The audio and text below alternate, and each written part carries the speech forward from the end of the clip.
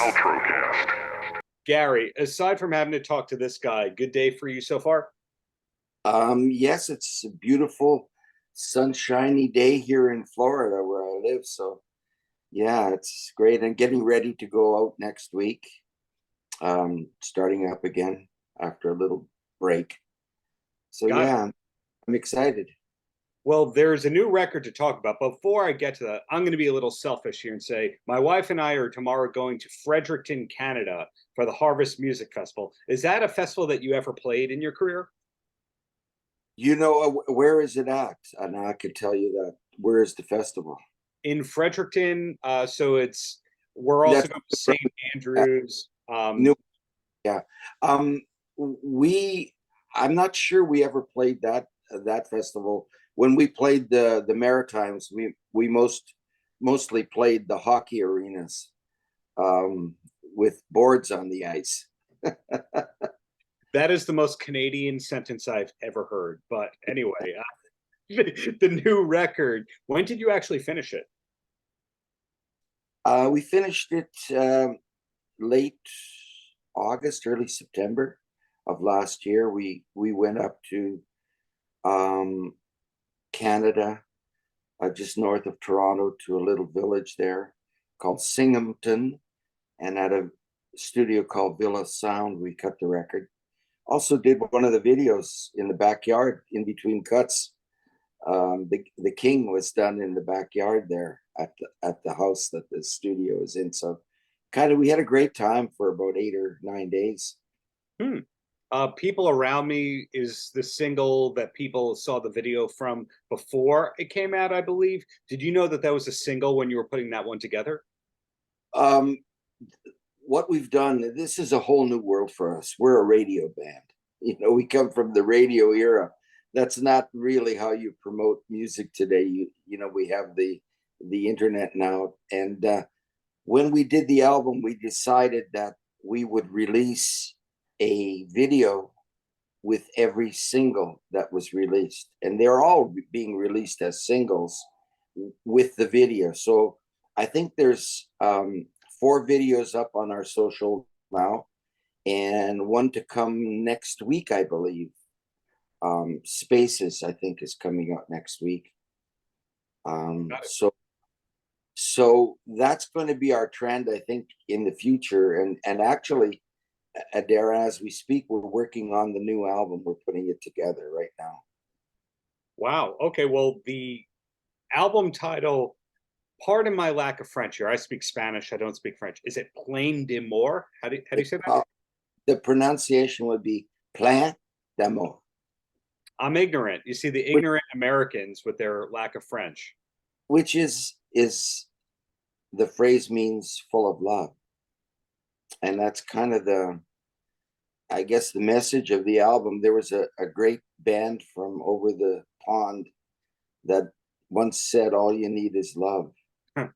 And we took it to heart at first, but I think we've forgotten a little bit of that now. And I think the world could use a more a return to that kind of civility between people and in general.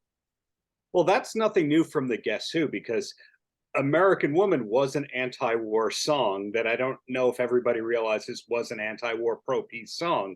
So Guess Who, the original hippies that people don't talk about as hippies. Yeah, I don't really think it was that, because we've had so much great success in the United States in this band.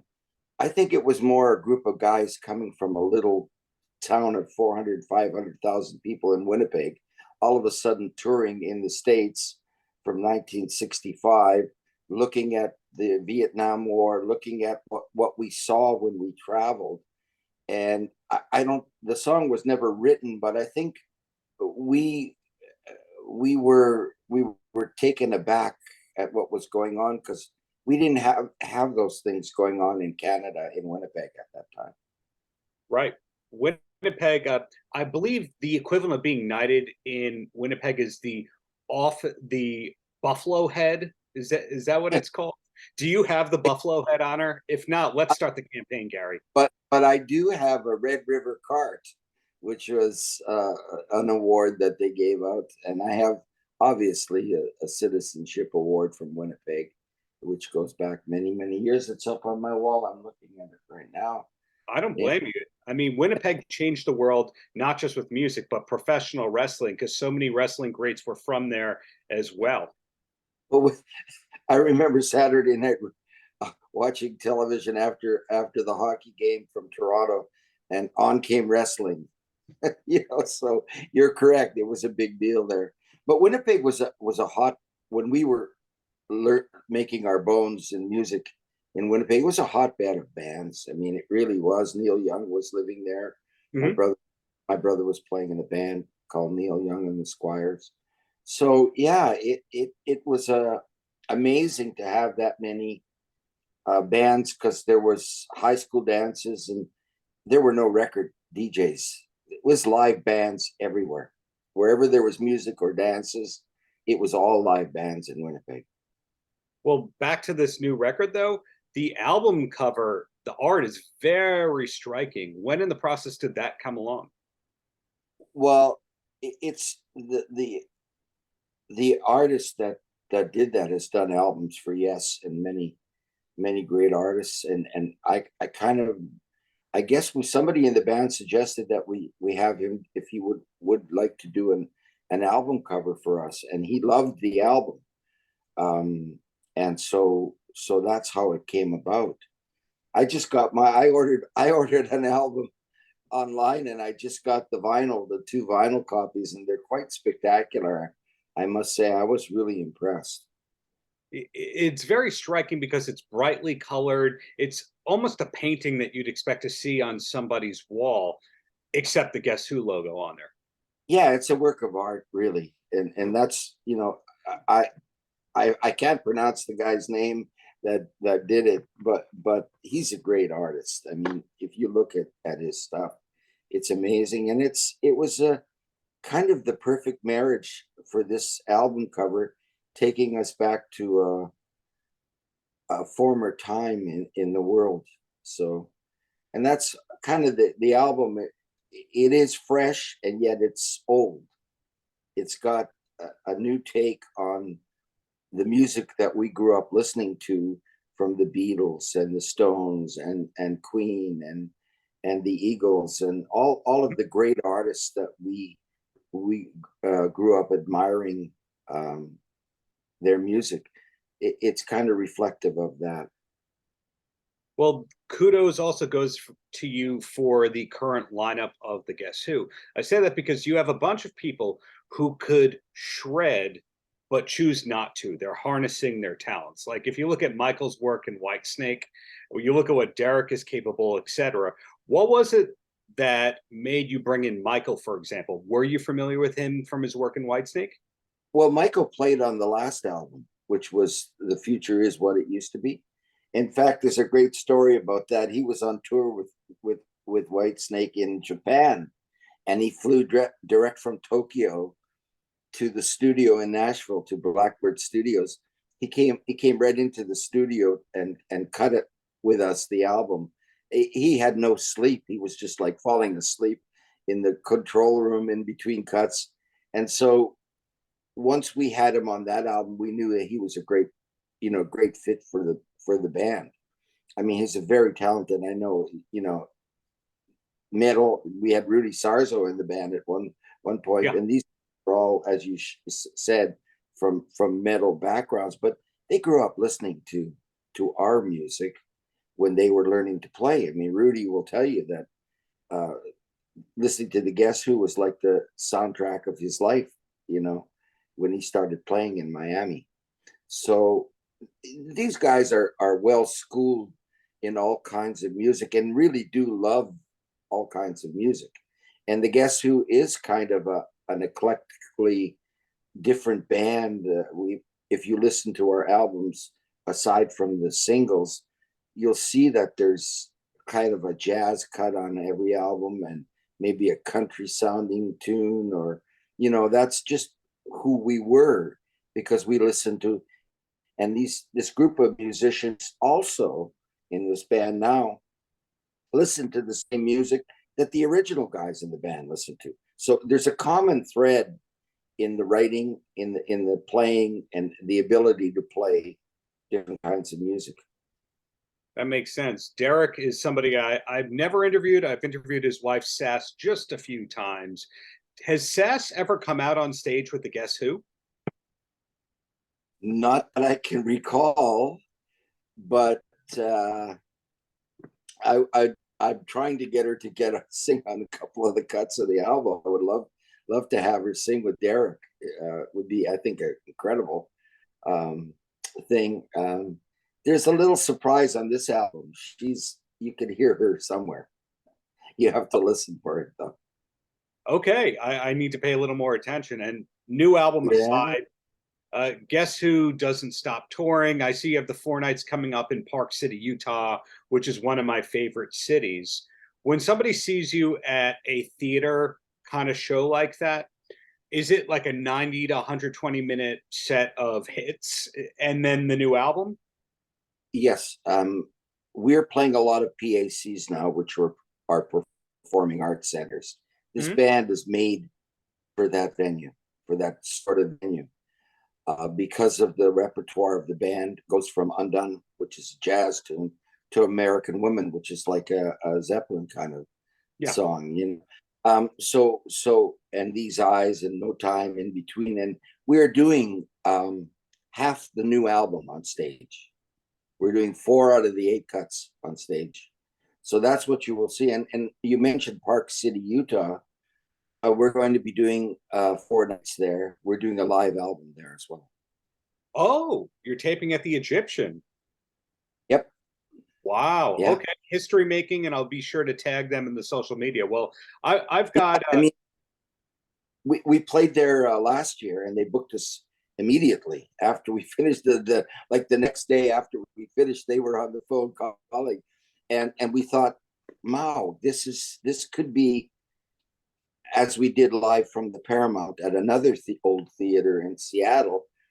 Maybe this is kind of history sort of repeating itself in a way.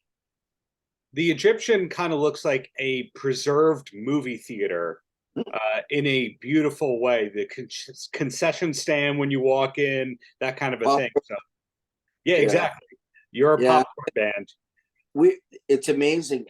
We are playing a lot of those kind of places across this country, and some in the most smallest remote cities you could imagine. And you go in there, and there's this incredibly beautiful theater that's preserved.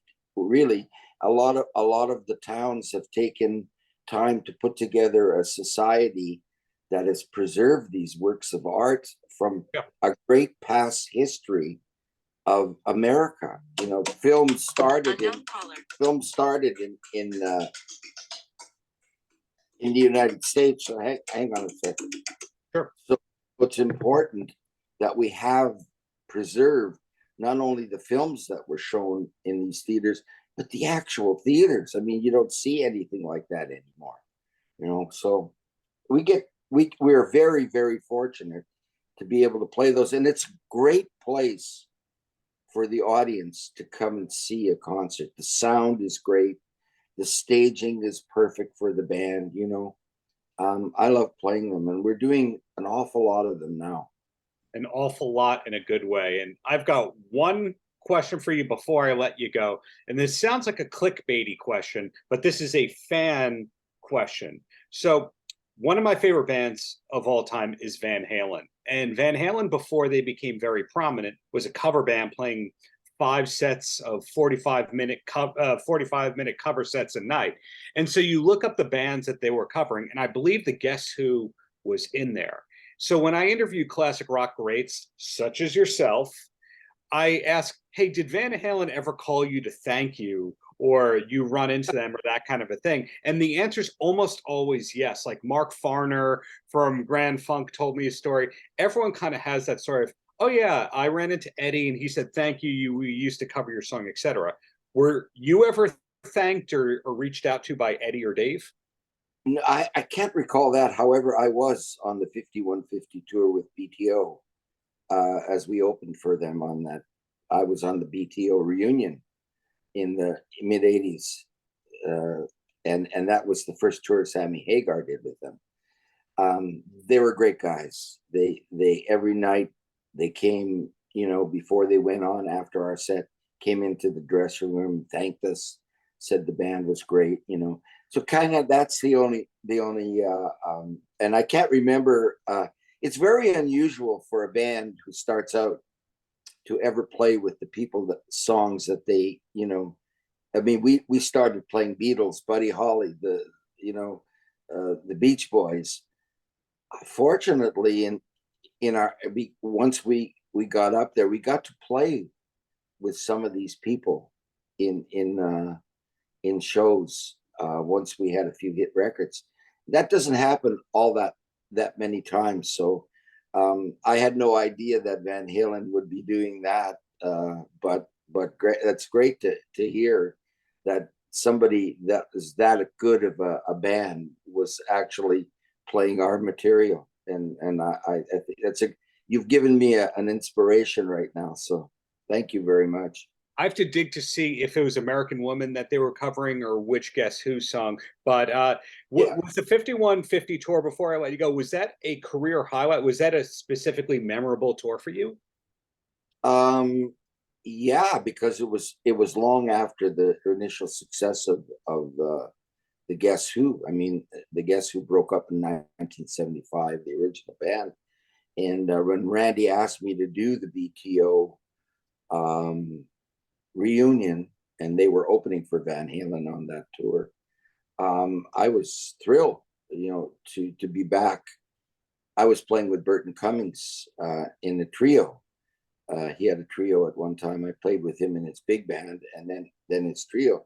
So it was going back to arenas again. You know, was kind of it was scary in a way because, you know, I wasn't used to being on that kind of a stage anymore. But yeah, it was fun to be part of it again, and it was fun for me to play with Randy and BTO because, you know, entirely different, more of the same kind of music, harder edged rock coming from BTO. So it was cool. I'm glad to hear that positivity right there. But Garry, thank you for the many years of great music. Hope to see you live in New York in the near future. I know you're playing Rochester. You're not playing much lower New York, so hopefully that changes in the near future. Yeah, there may be a couple of surprises. You know, we're not finished yet booking next year, but God, we have a lot of. I'm looking at the dates we have to play next year, and I'm going, at my age, can I play? I'm 78 now, and so I'm still on the road. Can I play all these dates? And sometimes, you know, people notice that I sub out with drummer from Tesla comes and plays for me, and it's really because I may be getting cataracts done or you know, a shoulder surgery or something like that. But I plan to be in this band until I fall over on my tom-tom. Well, you still look great. You still sound great. So, Garry, keep it up, and looking forward to whatever's to come, including that new album. Yeah, it's great playing music for people, and it's great seeing their reaction to new records. And as long as I'm in this band, we will always try to produce new music. That's really what it's all about. Paltrocast.